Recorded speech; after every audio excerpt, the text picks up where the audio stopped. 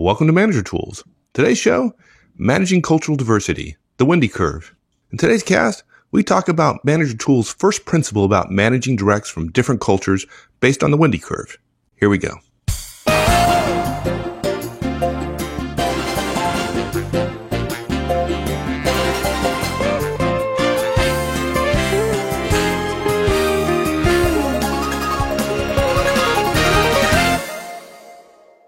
We get a lot of questions at conferences, in email and on the forums as well.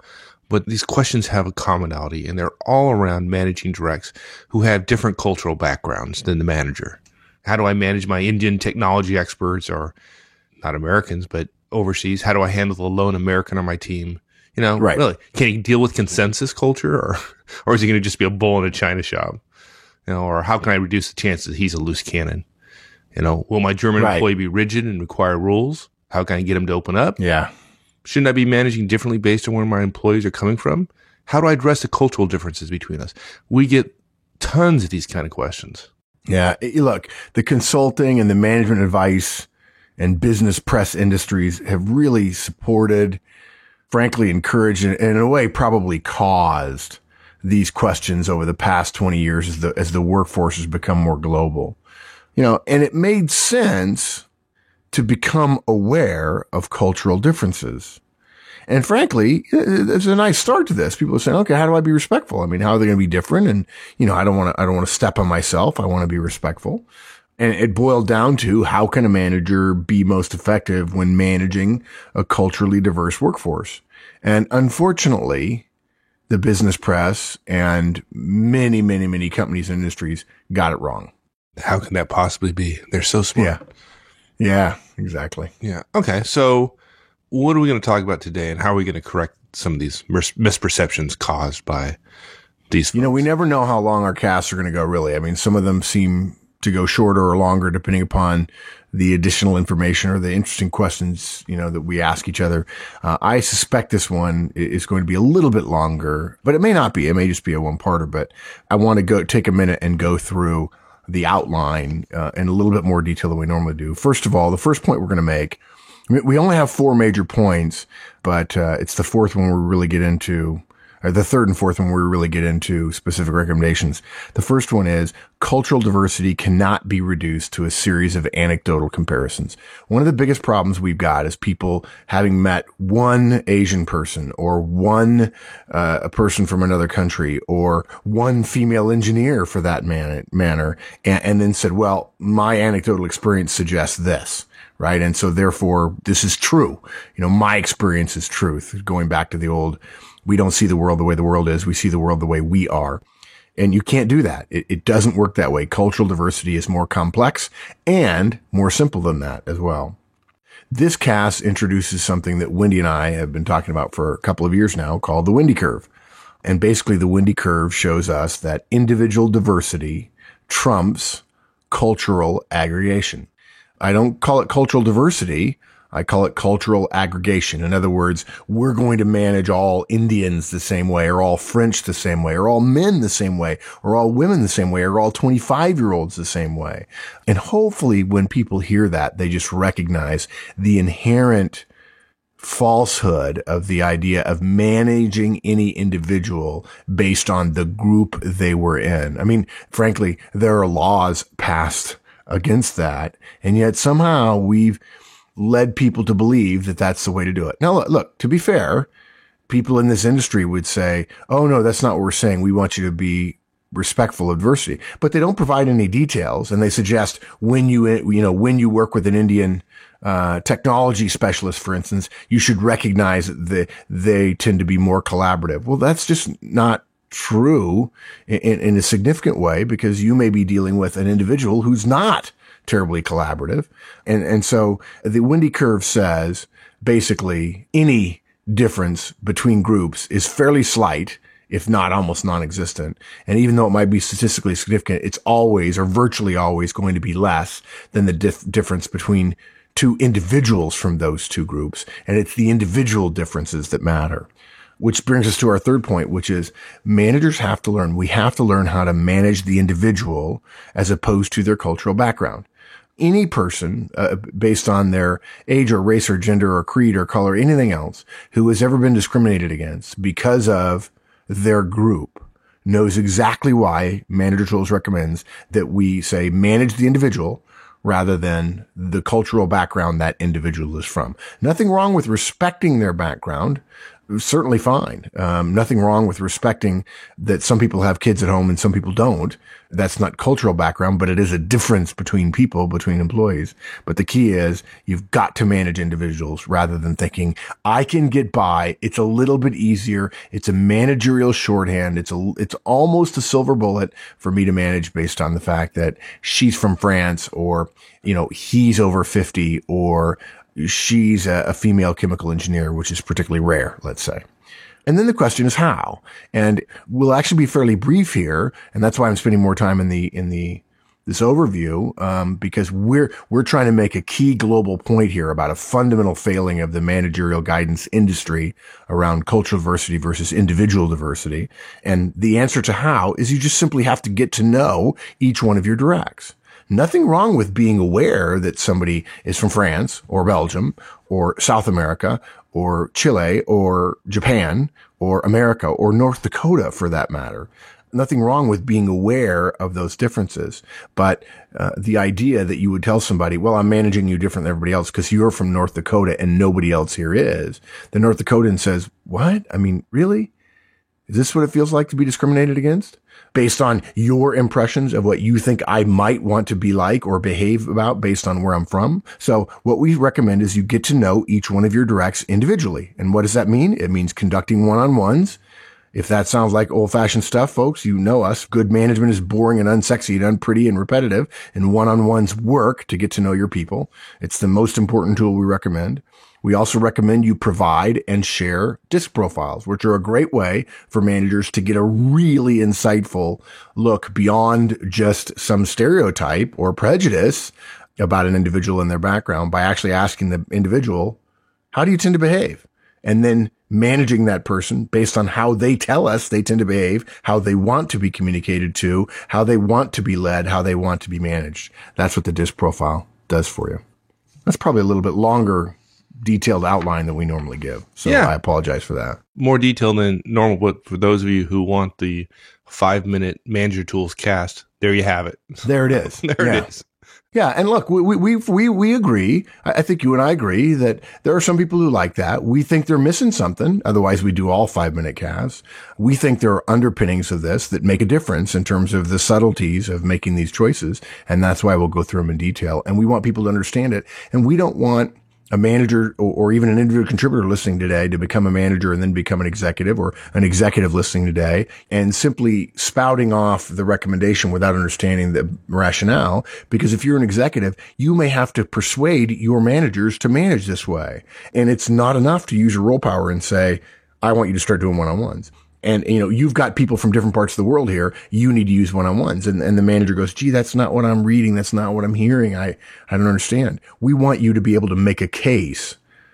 We want to make the case for you, and we want you to be able to make the case to others in your organization when you have managers working for you. And that's why sometimes these casts are longer, so that you not only know what to do, but you know how to tell people why to do it that way. Yeah. And we have a lot of intelligent listeners listening to us, and, they could disagree with us.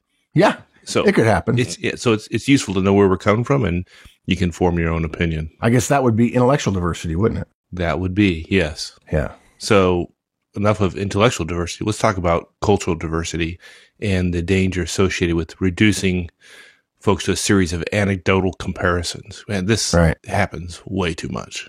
Yeah. Let's debunk the conventional wisdom about cultural diversity in the workplace. I remember the first time I had a sense of the extent of the problem. It was a little kind of a creepy moment for me. I was working with a U.S. client. They were struggling with IT staffing issues. The real problem was managers unwilling to and not having the tools to forecast workload based on fluctuating demand from the internal clients of this company.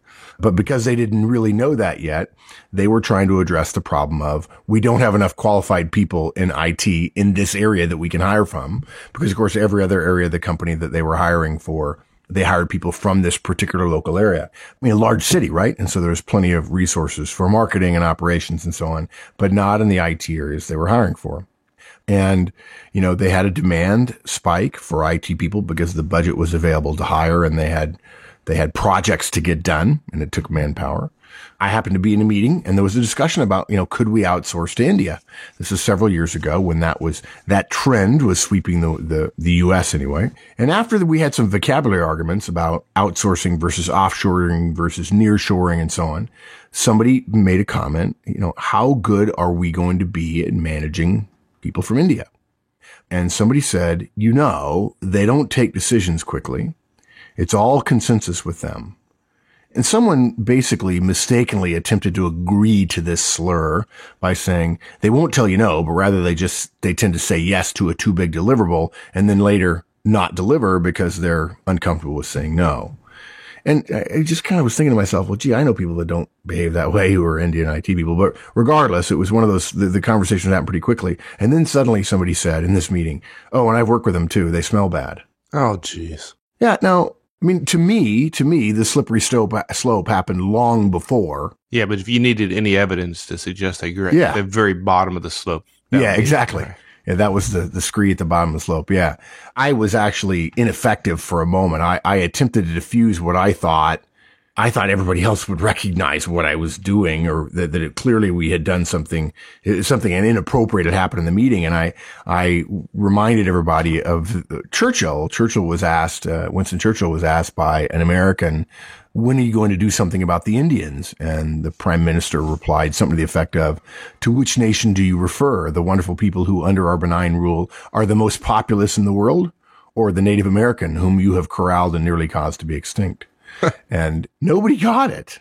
And that was probably too intellectual. And I was attempting to interject some humor and then get the meeting started again, and then maybe be able to say enough. And there was really widespread agreement that these sort of cultural insights or instructive bon mots were helpful, that, this is the way you had to manage people who were very different than you. Now, admittedly, this company was fairly insular, but it wasn't 2 standard deviations from the mean. And frankly, those kinds of cultural biases or overgeneralizations or prejudices or stereotypes, frankly, are not helpful to good management and good managerial decision making. Look, if you've ever been in an argument with somebody, frankly, if you've ever been in an argument with a kid and you present data, you have some thoughtful analysis, and I'm talking data, I'm not talking an anecdote, but data. You present some analysis and you have a reasoned conclusion, and then you hear a response that's based on 1 to 2 visceral, perhaps personal anecdotes from the other person, and they have real conviction about it to the point where they want to dismiss, they essentially want to dismiss your data because your data is flat, whereas their anecdotes were real to them. Basically, I think that's an example of what passes for managerial cultural sensitivity today. Look, I know those people. This is what happened to me a couple of times. So therefore, 2 samples of a 300 million or 500 million or a billion person population is in fact, an effective sample. I have high confidence that this is in fact so. Okay, fine. The management thought industry took the idea of let's be respectful, and we made a fundamental mistake. The industry doesn't really think or talk about the nitty gritty. We've had this conversation before, right? They don't talk about the day-to-day management problems that managers face. They talk about things that companies face. And frankly, I happen to believe that sometimes they do that because companies buy their services. And so they're speaking to companies. But of course, as we all know, you don't change a company by changing the company. You change a company by changing the behavior of the people in the company. So if you're not looking at the day-to-day, it's probably reasonable to say, hey, how can we help managers in general understand how, in general, these new colleagues and associates of ours, French or Indian or Americans to European companies or whatever, how they are, in general, different than us? That's fine on its face, but it's still a form of labeling. Yeah, it really leads to, prejudice. It's a form of soft bigotry, in our opinion.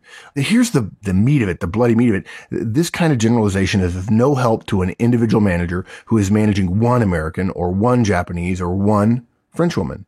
It's not.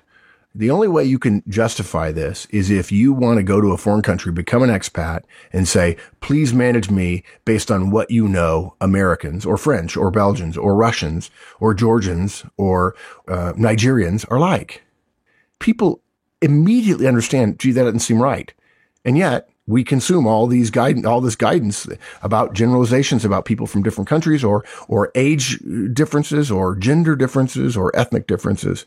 And we believe that the vast majority of managers out there have combined their interest in making their job easier with silver bullet type thinking.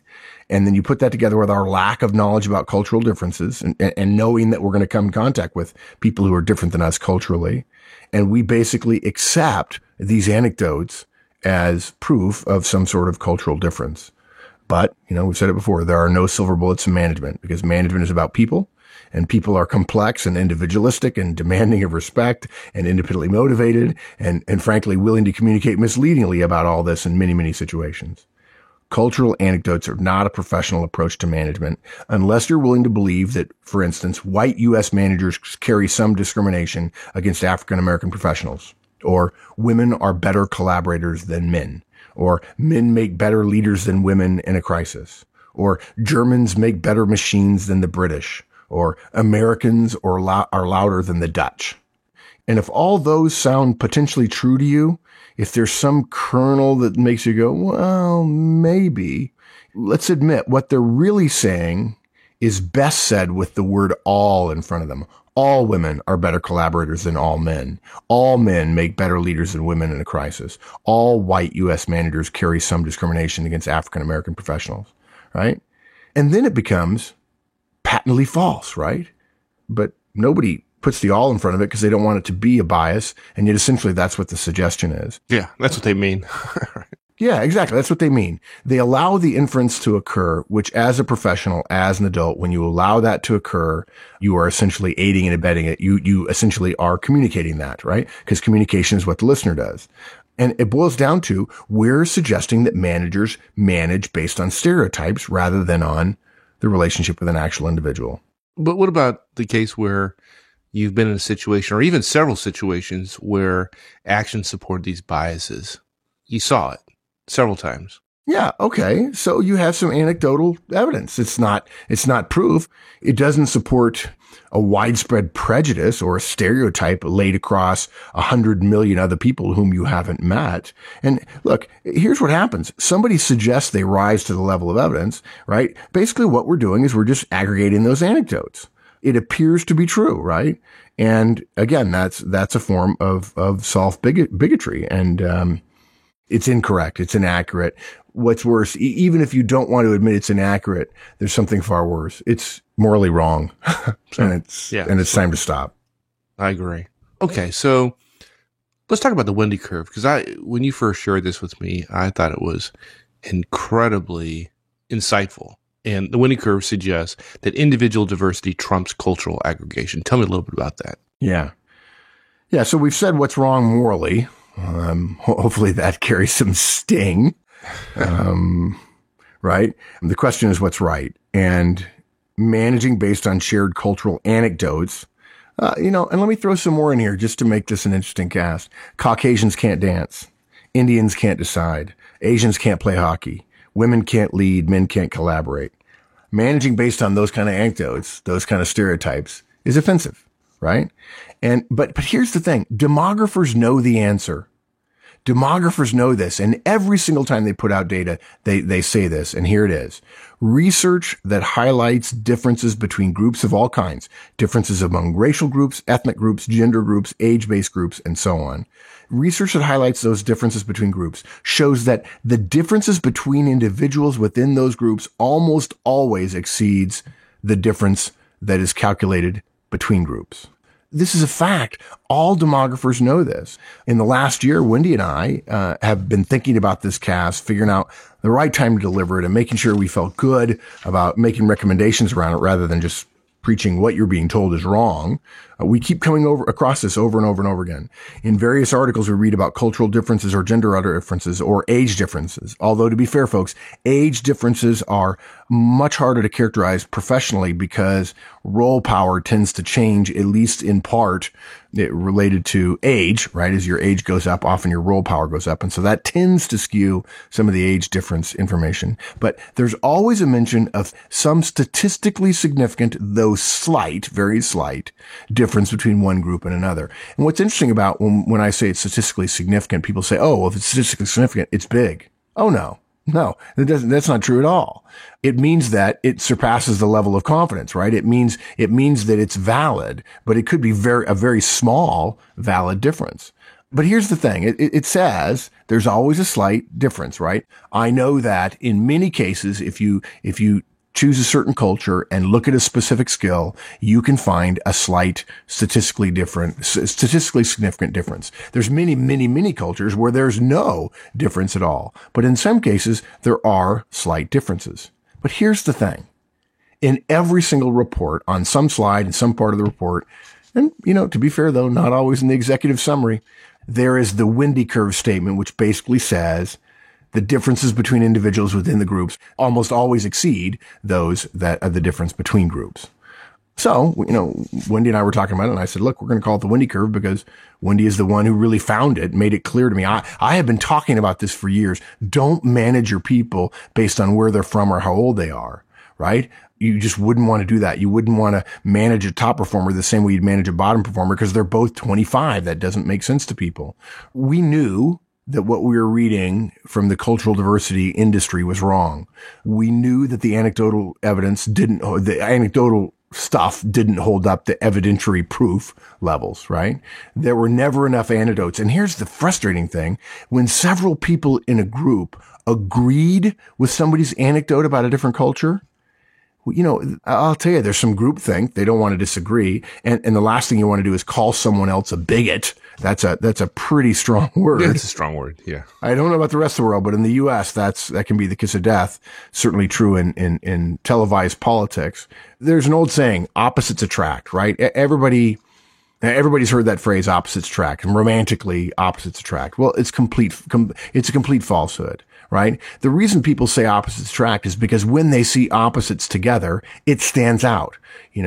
He's a biker and she's a corporate executive. I'm making that up. And you say, oh, look, see, opposites attract. No, they stand out because they're so different. You don't take any notice of what goes on every day, which is likes attract. But because we notice some cultural difference than us in a French female engineer or an Asian male marketing executive, I'm making those examples up, just putting together a series of vocabulary words, different skills, different locations, different genders.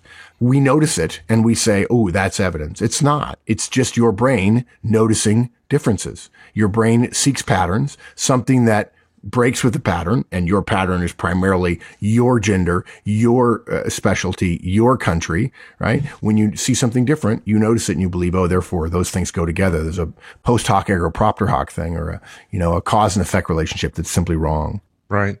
So your point is that the opposites attract statement is very similar to some of the conversations or statements around cultural diversity.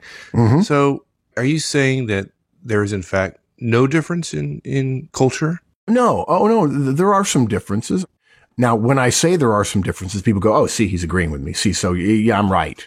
French engineers aren't as quick with creative solutions as Nigerian engineers. Right? And you're like, no, that's not necessarily what we're saying. Demographers say that many cultures are very, very similar to the point of being indistinguishable in certain skill distributions. But there are some differences. It's entirely possible that a Croatian marketer taking a test will show higher skills for strategic thinking than a Grecian marketer. I'm making those things up. Well, sure. I bet you I can find a Grecian marketer who's better than the Croatian marketer that you know.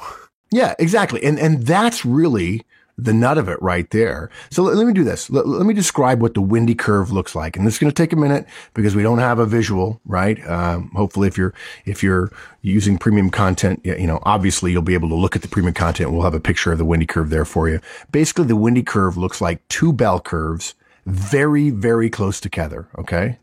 right? It's two normal distribution curves, bell curves, Gaussian curves, right? Side by side with only the slightest of offsets. Okay. And folks, we're talking about the slightest of offsets. It's not two bells sitting next to each other where you can see both of them in profile, like two mountains with a valley between them, but it's as if one bell was made up of two almost virtually side by side, basically touching strands or lines, right? If one bell in your drawing is 2 inches across from one edge to the other, the distance between the tops of the two bells is a tenth or even a hundredth of an inch, right? It almost looks like for a brief moment you have double vision and then it goes back to a single. It's very, very small.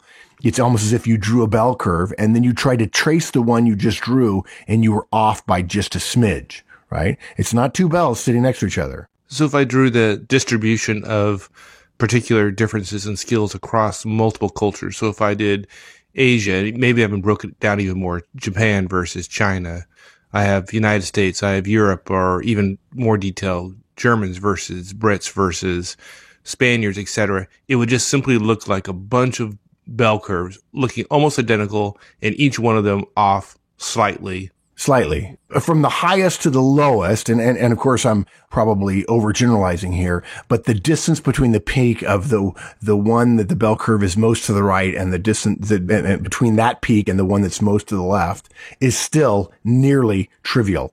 Nearly. If they're 2 inches from one end to the other of each bell curve that you're putting down there, the distance between the tops is a tenth of an inch at most. Maybe, a fifth of an inch. Remember now, these things are 2 inches wide. Yeah. It almost looks like somebody's hand drawing those bell curves and just has an unsteady hand and they're trying to make them identical, but they're not. Yeah. And what you end up with is you put every single subset into it, you end up with the world population rather than just all these independent subsets, these samples, and it looks like a very thick black line of one bell curve.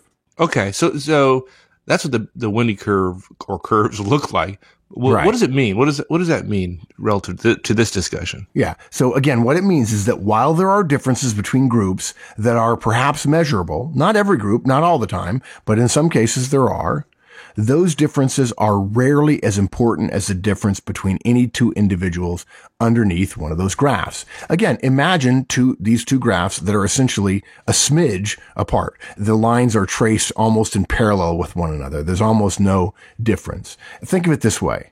Those two curves essentially represent the spread, the distribution of the differences between any two subsets of the population when measuring any particular managerial skill. Let's say they represent Belgian collaboration skills versus all human collaboration, or Belgian versus American collaboration, or French strategic thinking versus Russian strategic thinking, or American communication versus Malaysian communication, or female leadership versus Indian leadership, or male sensitivity to others versus female sensitivity to others. Okay, so think of it that way and then say this. Let's suppose you were to first just have one graph up there, one bell curve. And it is a bell curve that represents a sample of the population about sensitivity to others. And we're going to call this male sensitivity to others. And I'm making up sensitivity to others. It's just what popped into my head, right? And so we've got this bell curve that is representative of some test which measures sensitivity to other people, however you would choose to measure that. And it's got everybody in the sample underneath there. And of course, there's a central tendency. The reason it's a bell curve, the big hump in the middle means most people are around some mid number, whatever that is. And underneath that graph, there's a dot. And that dot represents Robert's sensitivity to others. Now, there are thousands of Roberts and Terrys and Bobs and Bills and Marks and Mikes and Eldons and Terrys and Toms and Tims that go into making this distribution, right? It's not just a curve. It's the area under the curve that represents every single data point in the sample that was taken, right? So Robert is our individual male that made up part of the graph that he's in. Sensitivity to others, male, right? Male's sensitivity to others. Now you take a second graph and you put it on a completely separate sheet of paper. It's drawn separately. And now this is sensitivity to others based on the female subset of the population you're looking at. And now we're going to plot Sarah's specific skill at sensitivity to others. And she's going to be a dot underneath her graph. I'm not saying where Robert is or where Sarah is. When we overlay those two graphs, so now we have both male and female sensitivity in two separate graphs on the same scale, they're very, very close together. You wouldn't be able to tell a great deal of difference. It would look like, again, like one graph drawn twice, the second time just off a little bit. They're not 3 standard deviations apart from one another. And the important point here is that now we have 2 dots underneath each graph. It's incredibly highly likely that both of the dots could fit under each one of the graphs. In other words, Robert's not so far to the left, or Sarah's not so far to the right, or vice versa, that Sarah falls outside of the men's graph or Robert falls outside of the women's graph. And the point is that it is highly likely that the difference between Robert and Sarah's actual scores is greater. This is highly likely, statistically, is greater than the difference between the closeness of the 2 lines that make up the representation of the graphs for male and female. So if we were looking at 2 graphs of some managerial skill across Americans and Belgians, for example, right, it's highly likely that the difference between 2 Americans on this skill is much greater than the difference between the mean of Belgians and Americans. Yes, you're absolutely right.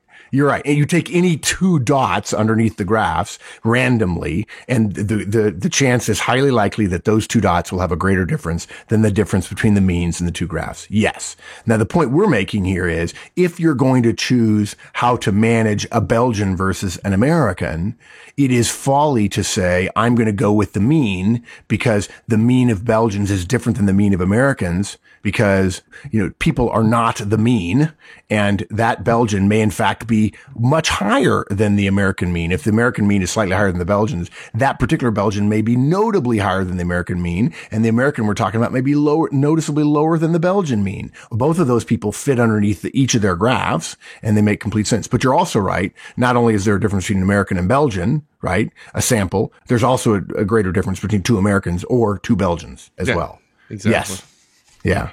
And look, one other thing I want to mention here, Wendy has many, many contacts in Europe and Britain, and we actually have a second representation that will be in premium content that is just a really fascinating graph, and we need to say thank you. Peter Humphreys, a vice president at SHL, a performance consulting firm in Britain that Wendy is familiar with, has provided it to us, and they've done some great work on workplace skills and demographics. And in the premium content of the show, there's going to be a great graph of many European countries' professional skills compared to one another. And rather than making them into bell curves, they've just basically put them in a line against the central tendency. And they're just showing you who's a little bit higher and who's a little bit lower.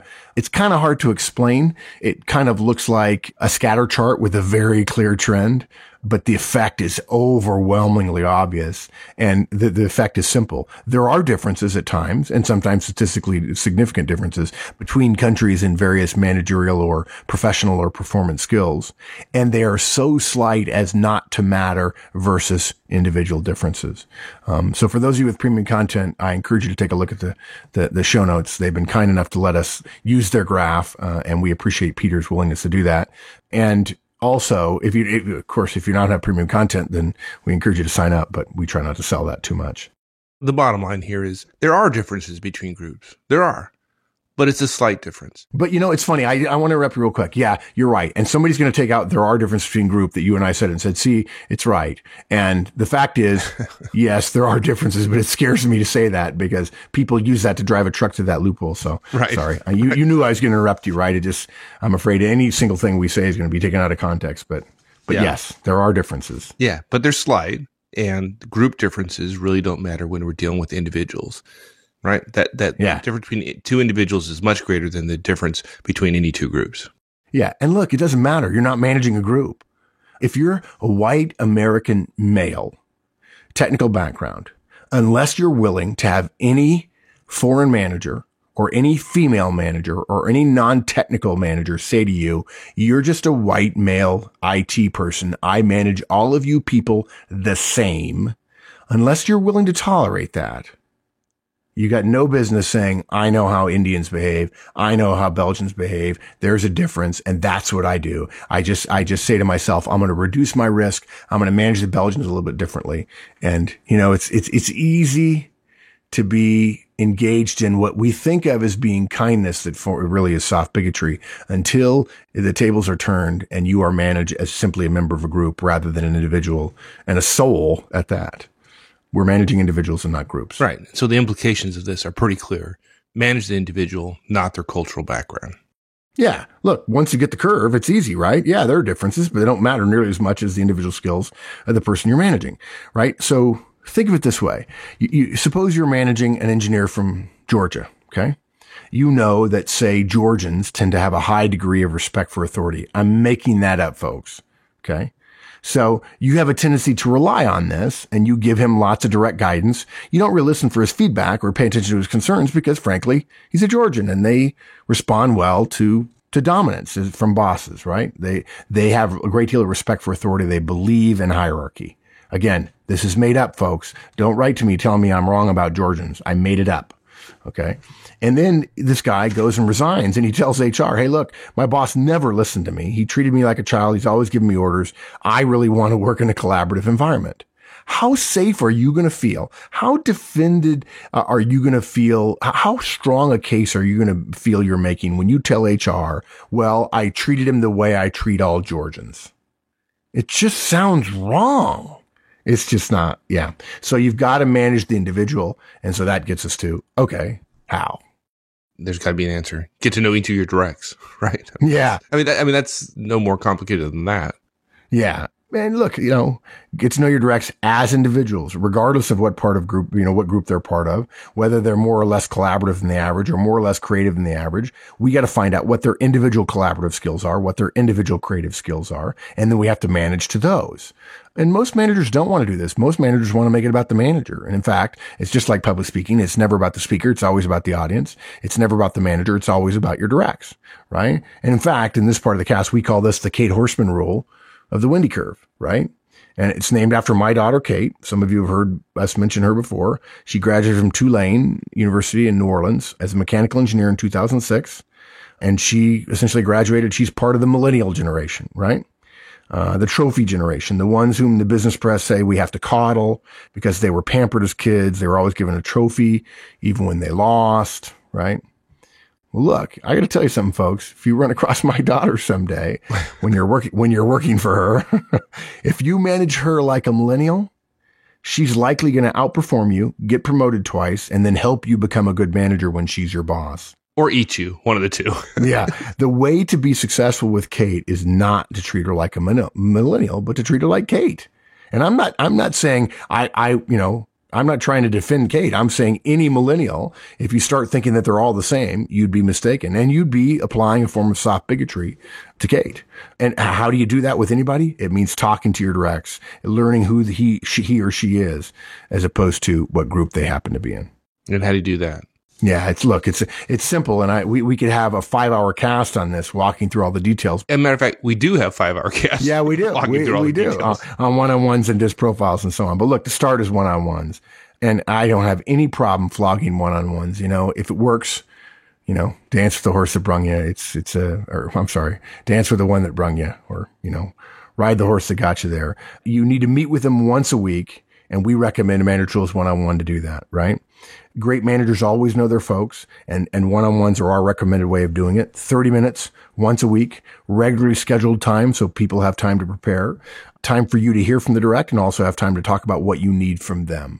Go to the forums, listen to the thousands of Manager Tools members who have started one-on-ones and say, oh my gosh, how did I miss this? I thought it would take a bunch of time. I didn't have the time, and now suddenly I've gotten more time back. My life is so much easier. Stress and drama and conflict have gone way down simply because I invest a little bit of time each week. Think about it. 50 hours. You miss a couple of weeks, it's 50 hours a year. What is that? 8 hours a day. So that's six work days. It's a week, a year with each of your directs. Not the end of the world.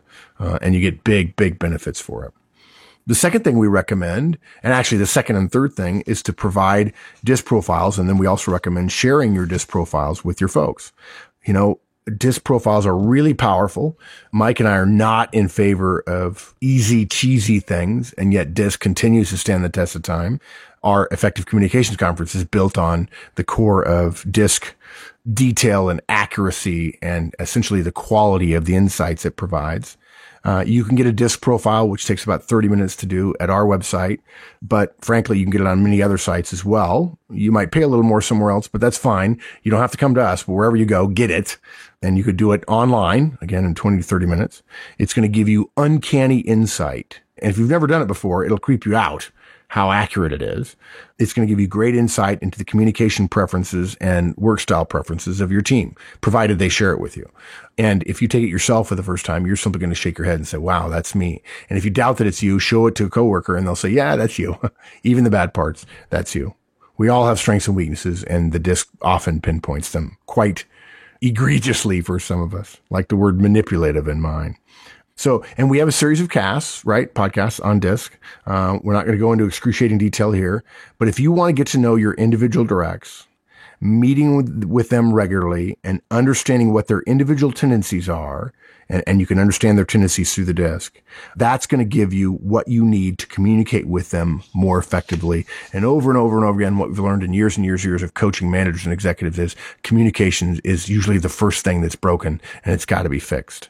And the way you get better at communicating is do more of it and make sure you're communicating in a way that makes sense to the person who's listening. And that means knowing how they communicate, which is what DISC essentially tells you. Right. And like you said, then we recommend you share your DISC profile with your team. Most everyone should probably figure this out by now. But if you're going to ask your directs to take a behavioral profile, the right thing to do is to share your profile with them. Right. Right. And so they'll get better at communicating with you, and your knowledge of their work and communication styles will make you a better manager of every individual on your team. Yeah, I've said this before in many, many places. The greatest use of DISC I ever saw was a manager who had a rude awakening about his style, and it essentially proved what everybody thought about him, and he didn't want to admit, although probably in his heart of hearts he knew it. And he posted it on the wall outside his office and said, look, this is how I like to be communicated to. Why not use it? If you want something from me, study this and then talk to me in a way that makes sense to me. And people started doing it and they got better results. We're like, wow, I'll do it for myself. And that kind of candor, it's not perceived as weakness, folks. It's perceived as real strength. It's perceived as ego strength and character to say, hey, look, I've got some foibles. I'm not perfect. And when you communicate with me, I prefer you go fast or slow. I prefer it written. I think we said in our cast about learning to work with your boss. You should find out whether your boss is a reader or a listener, right? Well, the DISC profile will tell you that. You'll know whether or not to send an email with attachments or whether to send them a very, very short email or just pop your head in the door. Exactly. Very powerful. So wrapping up. And by the way, I've got to finish that story that we started when I realized I had not done my job and not made my point. I took a little bit different tack. I had better success. I basically said, look, folks, cultural differences are irrelevant because we don't hire cultures. We hire people. We hire individuals. Yes, the person we hire comes from a culture. And so, yes, the culture in a sense comes with them. But the solution to that is to hire the best person for the job, to compare the person to the job. You consider technical and professional and people skills. And people skills are cultural things, make a difference in those things. And then, and here's what's important. And then after you hire the best person, expect managers to do their darn jobs and get to know their employees as individuals based on that individual's behavior and performance rather than their culture. So, look, don't listen to those who tell us that we should manage based on cultural differences. They're wrong. They're wrong. They're pushing a respect agenda, how nice to cloak it in that word, that essentially says all African Americans or all women or all Indians or all Belgians or all surfers or all 25-year-olds are basically the same. And that's always wrong, other than the fact that they're they're morally good and they have a soul, right? This is the best part of diversity, to say each individual has something to offer, and getting to know that individual is better than labeling them with some group tendency, right? Organizations might have to consider the differences in aggregate of the people they're recruiting, right? And that's fine. But when you're a manager, you're not managing that aggregate. You're not managing the overall culture. We're managing individuals. And the Wendy curve tells us that differences between individuals are far greater than the differences between cultural group aggregates. Let's not manage all women the same, or all Mexican Americans the same, or all over 50 employees the same. Let's honor the individual. Get to know them through one-on-ones and a behavioral instrument like DISC or some other one that you can trust. Share where you're coming from as an individual by sharing your profile and by communicating. And that's it. That's the way to do it. Awesome. Thanks, my friend. Thanks, partner. Thanks, everyone. That's it. Hope to see you back here again next week. In the meantime, have a great one. So long.